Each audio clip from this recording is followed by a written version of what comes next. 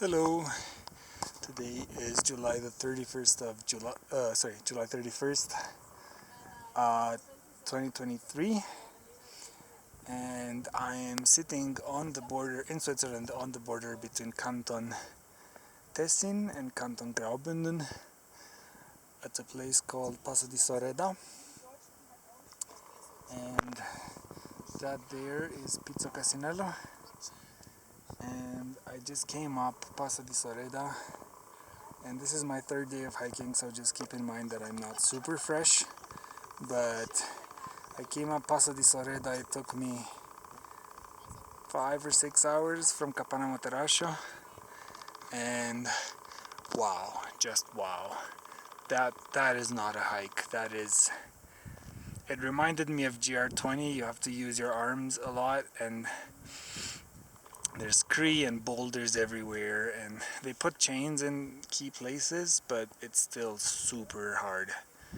And I would not. So I'd been eyeing this hike for a very long time. I've been wanting to do it, and in past years I never really had either. I didn't have the courage, or I felt like I couldn't find a 3-day stretch that is sunny all the way. And now that I've finally done it, I can confirm that, holy moly, you do not want to attempt this thing in bad weather. The weather has to be absolutely picture perfect. Hold on, let me show you. It's almost vertical, and it's super hard on the heart. And yeah, so see, you come up through that crack there from roughly the level of where the snow is. You come up, it's 500 meters through basically this kind of terrain.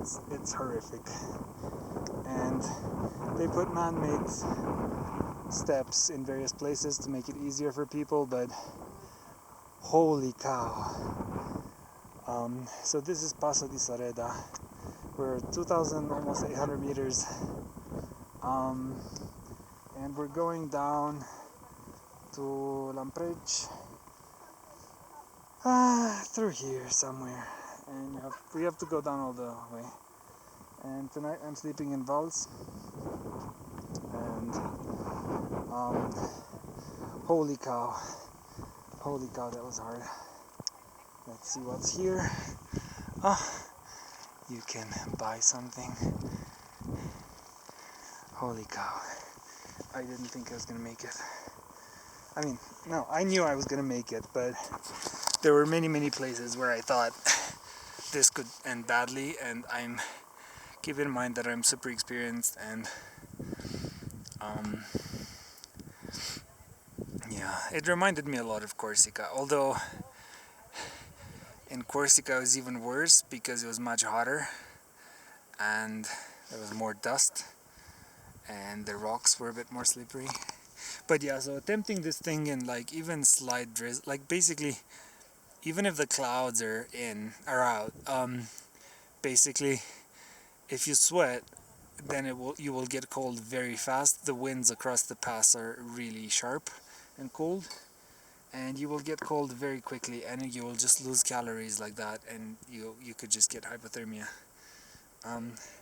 I am so sweaty. I have multiple layers of salt crust on my t-shirt, and I mean now I'm drying out because the air is really thin, and the sun is very strong at this altitude, so it just burned my sweat off my t-shirt. But still, it's a miracle I didn't get cramps, and it's gonna be tough on the way down as well. But if you decide that you want to do this pass, I strongly recommend you do it from the west towards the east, because the western side of the pass is much steeper and much worse. Eastern side is what you're looking at, and I mean, it's not gentle, but come on, it's not that bad. But the western side of the pass is basically chains and grabbing onto rocks and just scree. It's just horrific. So, and it's much easier going up than coming down, so try to do that. So the way that I did it was I started in Sumvitg 2 days ago, and then I went to Terihütte on the first day, and then it rained on the first day, at the end of the day. But I knew it was gonna rain, and then I kept going to Kaparamote. No, I went to Scaletta first. I crossed the Greina. Greina is like a tundra plateau, really high up in the mountains, like 2,200 meters. But it's mostly flat. It's kind of like Tibet, the Tibet of Switzerland. So I crossed Greina, I went to Scaletta, then I went back halfway across Greina, and then I slept at Kaparamote. And this morning, so today's the third day. This morning I started from Monterrey and I went to Rifugio Scaradra, and that was hard as it was. And initially the plan would have been to sleep at Rifugio Scaradra and then to continue over Passo di Soreda and go back to Vals tomorrow. But all the weather forecasts that I had from all the websites said that tomorrow it's gonna rain 5 liters per square meter, which is a lot.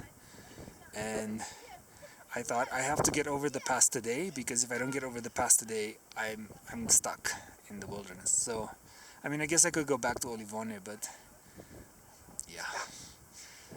I also have like a room booked for tonight in Vals, so I have to get down there. Actually, maybe 6 kilometers west of there, but still.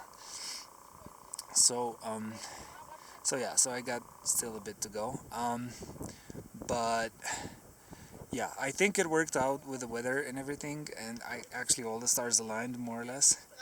But this was hard, much harder than I expected. Well, the pass, everything else was great, but Passo di Soreda was much harder than I expected. And we'll see how it is going down, although obviously going down should be easier.